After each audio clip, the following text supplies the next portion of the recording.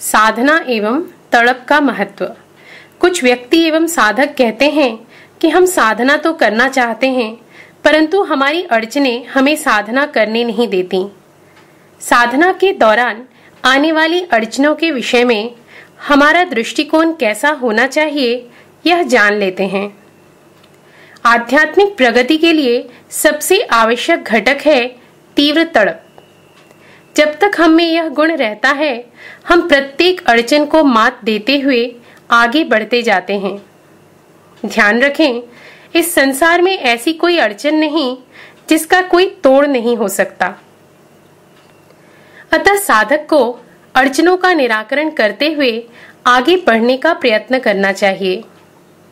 हमारे श्री गुरु परम पूज्य डॉक्टर जयंत बालाजी आठवले ने बताया है कि आध्यात्मिक प्रगति के 3 मुख्य घटक हैं: तड़प, अड़चन और हमारा आध्यात्मिक स्तर, अर्थात पूर्व जन्म में किए हुए साधना का संचित।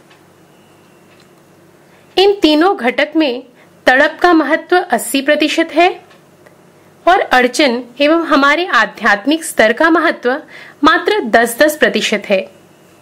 अतः जो साधक अड़चनों का बहाना बनाकर साधना नहीं करते, वे ऐसा समझ सकते हैं कि उनमें तड़प की कमी है।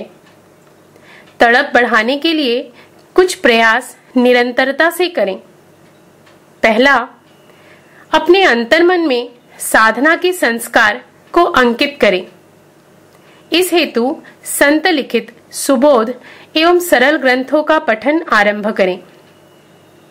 संतों ने साधना कर अपना जीवन सार्थक किया है, अतः हमें भी साधना करनी है, यह ध्येय निर्धारित करना चाहिए। साधना का महत्व क्या है, यह बार बार अंतर्मन को बताएं। दूसरा, यह मनुष्य जीवन अत्यंत मूल्यवान है और साधना करना इस जीवन का खरे अर्थ में सदुपयोग करना है, यह अच्छे से समझ लें। तीसरा, मृत्यु उपरांत हमारे साथ सूक्ष्मतम वस्तु ही जा सकती है।